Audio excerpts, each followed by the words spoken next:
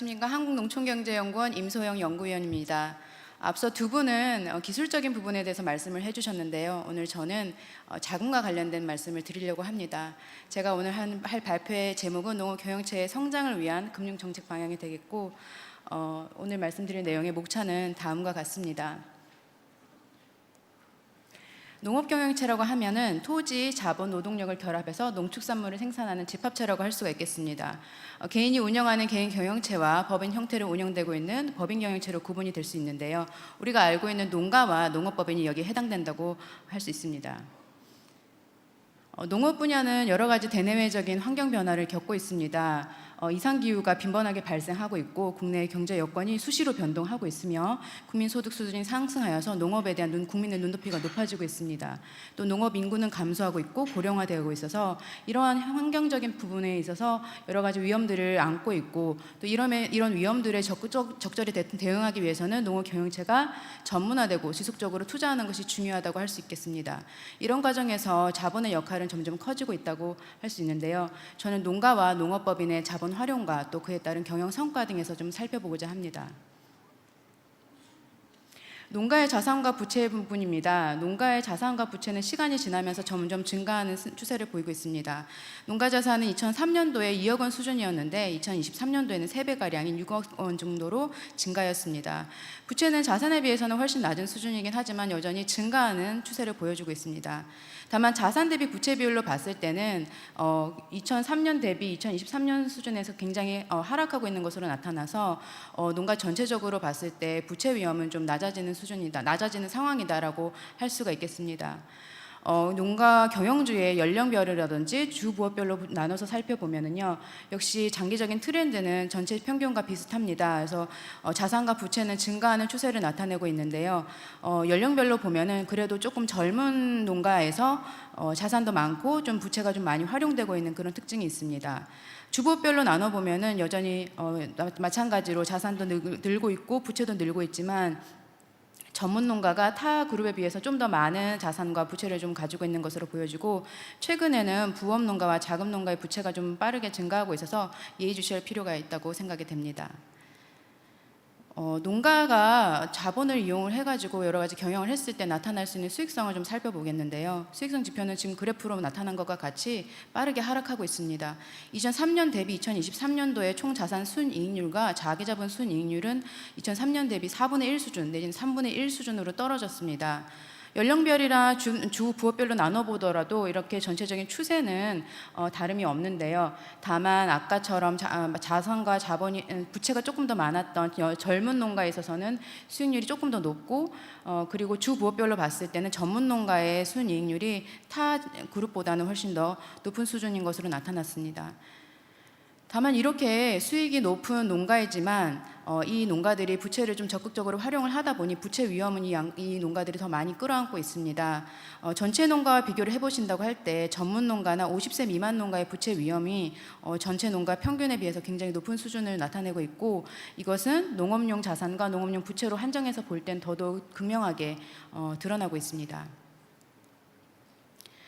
농가의 유형을 자산과 부채 규모에 따라서 좀 나눠봤는데요. 첫 번째 유형은 자산도 많고 부채도 많은 농가입니다. 말하자면 공격형으로 고수익을 내는 그런 농가들이 되겠고요. 유형 2의 경우에는 자산은 적고 부채는 많은 조금 더 재무적인 취약성이 좀 있는 그런 농가들이 되겠습니다. 유형 3의 경우에는 자산도 적고 부채도 적은 농가, 그러니까 영세화되어 있고 고령화된 농가들이라고 할 수가 있겠고, 유형 4는 자산은 많지만 부채는 적어서 비교적 효율성이 높고 우량 농가라고 할 수 있는 그런 농가들이 많이 여기 해당이 됩니다. 이러한 유형별 농가들은 장기적으로 봤을 때 그 비중이 감소하거나 또 증가하고 있는데요. 유형 1과 유형 2의 경우에는 투자를 많이 하는 농가들입니다. 2003년도에는 이 유형 1과 유형 2를 합한 농가들이 전체 농가에서 한 30%가량을 차지하고 있었지만 2023년도에는 이 두 유형을 합쳐가지고 20% 수준으로 감소하였습니다. 말하자면 투자형 농가가 감소하였고, 반대로 유형 3 농가의 경우에는 2003년도에 약 50% 수준이었는데 2023년도에는 60% 수준으로 늘어나면서 전체적으로 농가의 투자형 농가가 감소하고 안정형 농가가 증가하였다는 것을 알 수가 있습니다.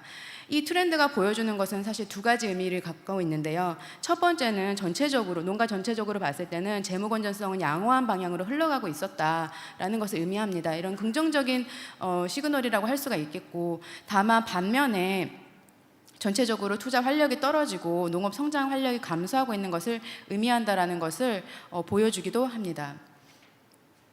다음은 농업법인이 되겠습니다. 농업법인의 경우에는 농가와 마찬가지로 자산과 부채, 자본 모두 증가하는 추세를 보여주고 있습니다. 또 농업 생산에서 농업법인의 비중이 굉장히 증가를 하고 있는데요. 매출 면에서 전체 국가 농업 생산 금액에서 농업법인이 차지하고 있는 비중이 거의 20%에 육박할 정도로 농업법인이 차지하는 비중이 굉장히 커지고 있어서 전체적인 사이즈는 굉장히 커졌다라고 말씀을 드릴 수가 있겠습니다. 부채 위험 측면에서도 좀 긍정적인 지표들이 나와 있는데요. 2000년도에서부터 2023년 사이에 부채 비율을 살펴보면 최고 286%에서 2023년 기준 1777%로 하락하는 추세를 보이고 있습니다. 다만 중소기업, 그러니까 식료품 제조업 중소기업과 비교를 해본다면 좀 높은 수준에 머무르고 있어서 부채 위험은 좀 관리를 할 필요가 있다고 할 수가 있겠습니다. 그렇다면 농업법인의 수익성은 어떨까요? 다음에 네 가지 지표를 통해서 좀 살펴봤는데요. 지금 네 개 그래프를 보시는 것은 농업법인 전체는 아니고 저희가 신용평가를 받기 위해서 재무자료를 제출했던 농업법인의 자료를 입수하여서 저희가 분석한 결과들입니다. 네 가지 지표를 통해서 우리가 알 수 있는 것은 과거 10년 동안 각 농업법인의 순이익률 내지는 총자산 순이익률 등의 수익성 지표는 감소였다는 것을 알 수가 있고, 특히 파란색 선으로 나와 있는 부분이 농업 생산 분야가 되겠는데 타 산업 분야에 비해서 더 빠르게 감소하였다는 것을 알 수가 있었습니다. 농업법인의 성장성 부분도 말씀을 드리겠습니다. 농업법인의 자산 증가율을 보시면 2006년 이후에는 농업법인 자산 감소가 아주 빈번하게 발생하고 있었고, 매출액 증가율 기준으로 볼 때도 농업법인의 매출액 증가율이 2009년 이후에는 마이너스 성장을 기록을 하거나 증가율이 1%, 그러니까 한 자릿수대에 머물러 있었습니다. 그래서 과거에 비해서 매출액 성장률도 둔화되고 있다라는 것을 알 수가 있었고, 순이익 증가율을 보시면 2015년도에는 약 30% 언저리에서 순이익이 증가를 했지만 2023년도에는 약 0% 수준에서 순이익이 증가하고 있어서 그동안 빠른 속도로 성장성이 둔화되고 있다는 것을 알 수가 있었습니다.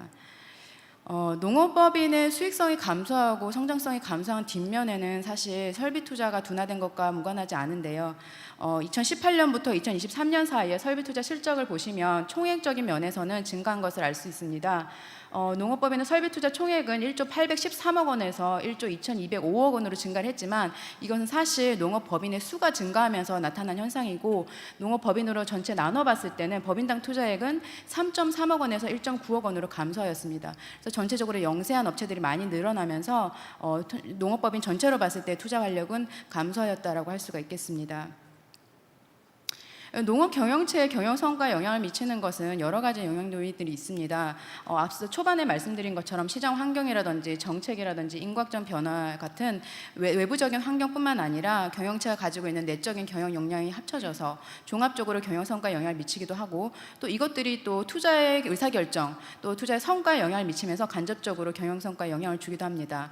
이런 여러 가지 영향 요인들을 종합적으로 고려를 해볼 때 지금 나타나고 있는 농업의 어떤 성장 둔화의 원인은 크게 두 가지로 요약된다고 생각합니다. 첫 번째는 농업이 외형적으로 성장은 했지만 수익성이 감소되면서 재투자의 여력이 감소되고, 또 이것은 다시 성장의 동력이 꺾이는 그런 악순환의 고리에 들어가 있지 않나라고 생각이 됩니다. 명목 GDP를 보시면 코로나 기간이었던 2021년에는 사실 반짝 성장을 이루었습니다. 그렇지만 물가의 영향을 제거하고 봤을 때는 실질 GDP가 이렇게 감소하고 있는 추세를 보여서 외형적으로 커나가는 것처럼 보이지만 사실은 내실은 좀 약해지지 않았나라고 생각이 되고요.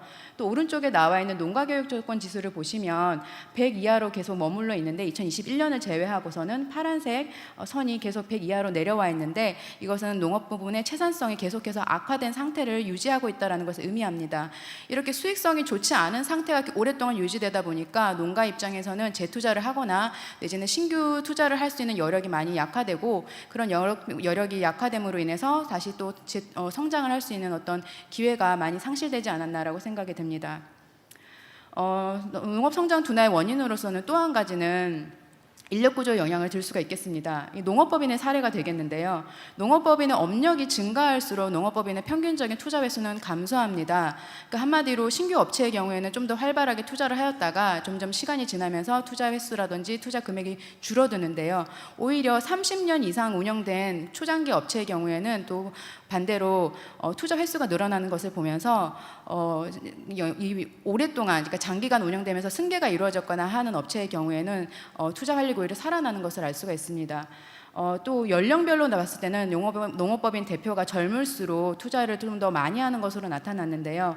농업법인 전체로 봤을 때 농업법인 업체의 업력이 계속해서 평균적으로 증가하고 대표의 연령이 고령화되고 있는데, 신규 업체의 진입이 감소하면서 또 위험 회피 성향이 높은 고령 경영주가 증가하면서 농업법인 전반적으로는 투자 활력이 저하되고 또 이에 따라서 경영 성과도 높아지지 않는 그런 결과로 이어졌다라고 볼 수가 있겠습니다. 이런 상황을 타개하기 위해서는 사실 적절하게 우리가 자본을 활용하는 것이 중요합니다. 다만 그 자본이 적절하게 활용이 되는 것과 동시에 건전성 문제를 고려하지 않을 수가 없는데요. 특히 전문 농업 경영체를 중심으로 해서 자금 조달이 원활하게 시의적절하게 이루어지게 만들어야 되고, 또 이들을 대상으로 재무 건전성을 관리하는 것이 중요합니다. 또 성장 단계와 연속성을 고려를 해서 준비, 창업, 성장, 성수, 또 재기, 또 폐업의 어떤 전주기별로 자금 지원 체계를 마련하고 재무관리 컨설팅을 할 필요가 있습니다. 또 일시적으로 유동성 위기에 빠진 경영체를 위한 자금 지원 프로그램을 좀 더 확충할 필요가 있다고 생각이 되고요. 또 장기적으로는 사실 농업 경영체의 체질 개선도 중요하다고 봅니다. 그래서 정부 주도형 정책 자금 지원에서 좀 탈피를 할 필요가 있고, 민간이 농업 경영체가 스스로 자금을 조달할 수, 민간금융 시장을 통해서 자금을 조달할 수 있도록 이렇게 체질 개선을 할 필요가 있겠습니다. 또 양질의 인적 자원 확충이 또 중요한 문제가 되겠는데요. 신규 농업 경영체가 가지고 있는 창업 자금 부담을 좀 축소해주고, 또 농업 경영주의 경영 역량을 강화하고 기업가 정신 확산을 위해서 여러 가지 노력들이 이루어질 필요가 있습니다.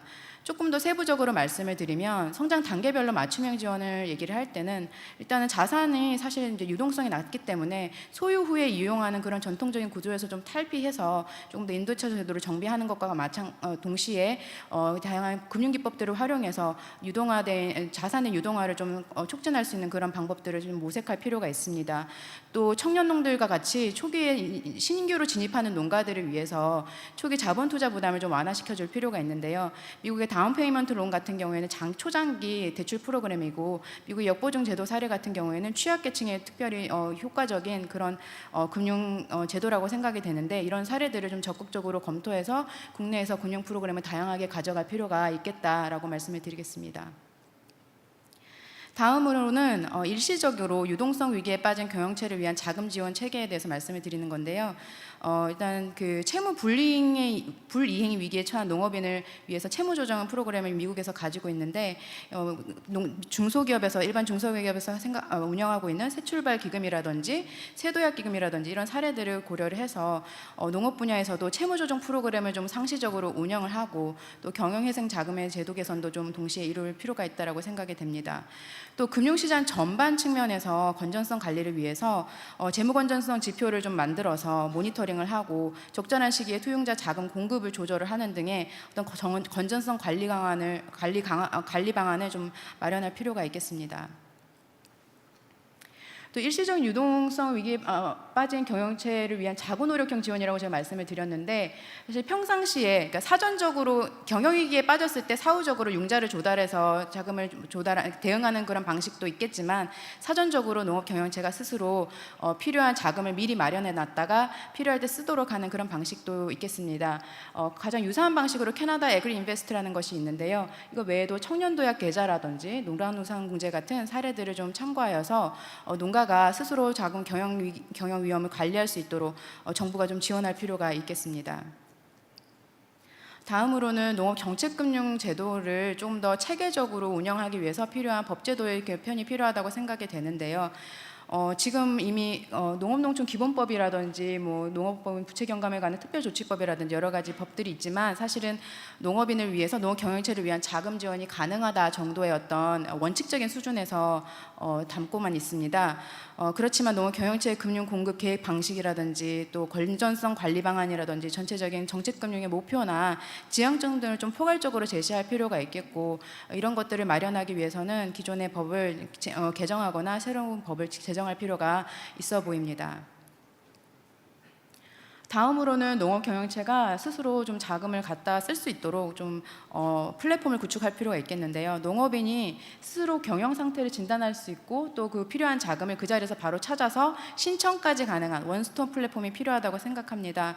그래서 이미 중소기업 분야라든지 또 미국에서 하고 있는 툴들이 있는데, 이런 부분들을 차용을 해서 우리나라에서도 농업 분야에 이런 원스톱 플랫폼이 필요한데, 지금 여러 가지 기관들을 통해서 이런 정보들이 제공되고는 있지만 신청은 어쩔 수 없이 각 그 담당 기관을 통해서 별도로 또 해야 되는 어려움이 있기 때문에 좀 더 편의성을 높이는 그런 제도 개선이 필요하다고 생각이 됩니다. 다음으로는 민간금융 중심의 자금 조달 문화 확산이 좀 되겠는데요. 이건 장기적인 관점에서 체질 개선의 측면에서 말씀을 드리는 겁니다.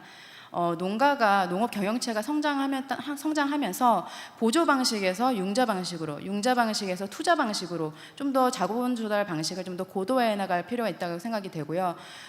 보조금에 장기적으로 너무 과도하게 의존하는 그런 행태는 좀 지양할 수 있도록 해야 되고, 또 융자 정책 금융에서도 정부 융자에서도 장기간 여기에 머물러 있는 것은 좀 방지할 필요가 있다라고 생각이 됩니다. 죄송합니다. 또 우수 경영체에 자금 인센티브 제공할 필요가 있는데요. 이 경영체가 가지고 있는 담보 가치가 아니라 사업성을 위해서 자금 지원이 이루어질 수 있도록 경영 평가 체계를 갖춰야 되고, 또 실제로 경영 성과가 좋은 업체들을 위해서 자금 지원 인센티브를 좀 더 마련해야 된다고 생각을 하고요. 마지막으로 경영자의 재무 관리 능력 제고를 위해서 교육 프로그램을 확대하고 경영 컨설팅, 금융 컨설팅 지원을 확대할 필요가 있습니다. 농업 경영체의 안정적이고 지속 가능한 성장을 기원하면서 저희 발표는 이만 마치도록 하겠습니다. 감사합니다.